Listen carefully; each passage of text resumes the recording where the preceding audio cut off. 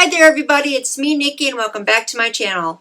I don't know about you all, but I sure hope this world stops taking a moment because the weather's getting really nice and I sure want to go out and start doing things again. Alright, that was my rant. Anyway, I am back to do another wig review for you all today, and I'm going to start talking about this wig that I'm wearing right here for you. And as you know, I do give some of my personal preferences, but I still do give honest reviews after I wear the wig for several hours. And this wig I'm wearing for you right now is the one I'm going to be talking about. So I ask that you please watch this video all the way through so that way you don't miss anything I have to say about it. And just so you know, if there's a wig you want me to review, please put that in the comments down below. And if you don't know, I actually have a very big wig collection, so I might already have it, but if I don't, I'll be happy to go out and get it for you. And while you're at it, please make sure you subscribe because I do pre-film and you'll never know when those videos come out unless you subscribe. And if you already have done so, thank you so much. I really greatly appreciate it. Anyway, this wig I named Kathy, but she's from Motown Tress, and she is in the style Hbsl Fio or Fio, and she's in the color DX4/30/613. She's a lace front with a human hair blend. She has a 4-inch lace parting space so she can be shiftable that way. She's heat safe up to 400 degrees Fahrenheit. She does come in several different color options as well. She's also heat safe up to 400 degrees Fahrenheit, and I ended up picking her up from Ebonyline.com for $28.45. There's some things that I like about this wig and a few things that I do not. Well, you know, I like to talk about the color first, so let's do that. Now, with the 613s, you do take a bit of a gamble with that because you're not really sure which tone of blonde you're going to get. This one, I got a little bit more of like a platinum-y type blonde. I do really like this 4. I think it's a really pretty 4 tone, and I do like how in between the 4 and the 613 there's kind of like this mocha, almost kind of, trying to think what else to kind of call it. Yeah, kind of like a mocha type color in between it. You can see that there. I think that's a really pretty type effect. And then it all goes into like this like platinum-y blonde. I do think that it would be prettier if it wasn't this bright blonde. That's the only thing I don't like is the tone that it is. And it does not tangle because it is a human hair blend, and it also is a really nice yaki texture as well. I did, however, get a lot of shedding with it in the beginning. Thankfully, it stopped, but when I did the first couple brush throughs, I got a ton of shedding. I mean, like handfuls worth. So just keep that in mind. But it may have been just because of me cutting the lace off. Lengthwise, I have to back up here so you can really see it all. I'm 5'5", and here's where she comes down to on me. So my best guess is she's about 24 inches long. As you can see here, she does have some layers as well. And I think it's really pretty with the color effect, with the layers. I do like that. Now let me show you her from the back while I'm at it.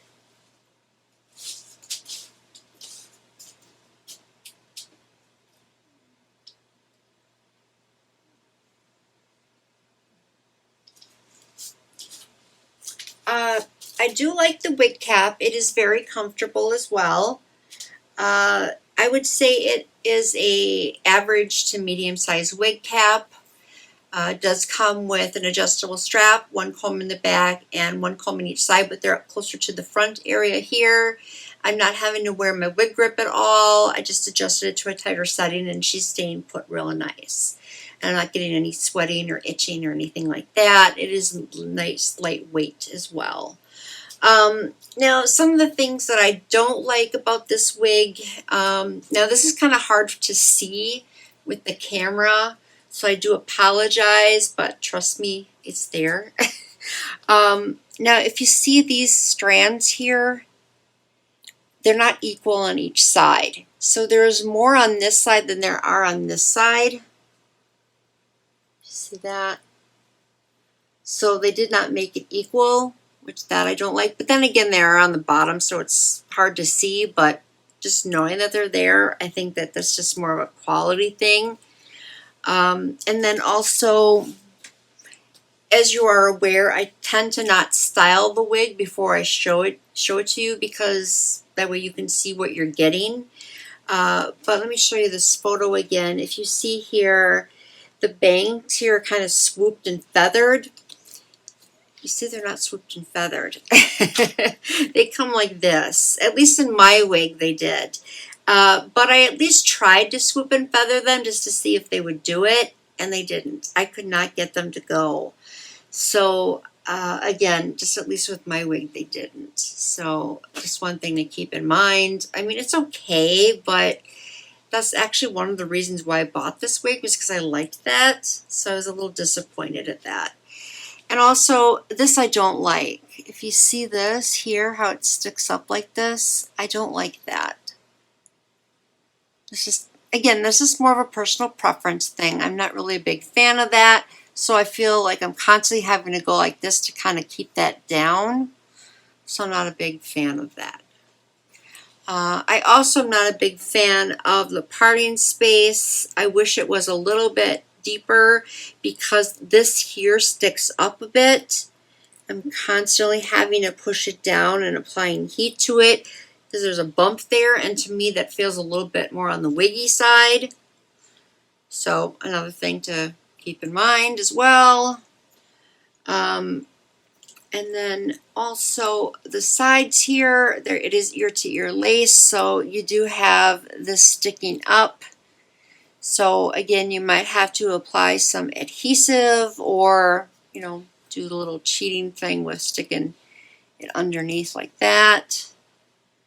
But otherwise, the sides aren't too bad. You can see that. Same thing with this side as well.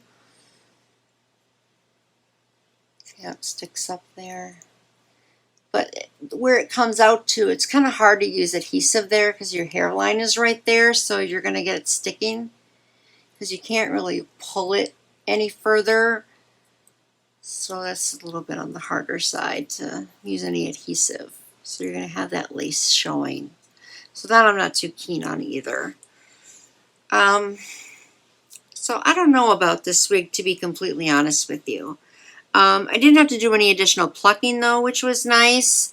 But it does have that extra lace here. So, I mean, you can, you know, part it in different areas. So, I mean, there's lace here. Sorry, I'm not going to do that. I don't have the comb, so I don't want to mess it up. But, you know, there's lace here, so you could actually part it there if you wanted to, or part it here if you wanted to. So when I said it was shiftable, I didn't mean like you could actually shift it. I meant you could actually like part it in different areas. So you could do that at least. So at least that's one positive thing. So I don't know about this wig. I'll be honest, I'm a little bit on the fence. It's not too bad.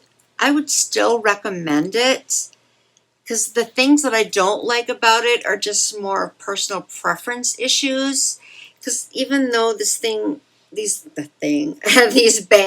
didn't feather, the fact that they're on the side like this still isn't that bad.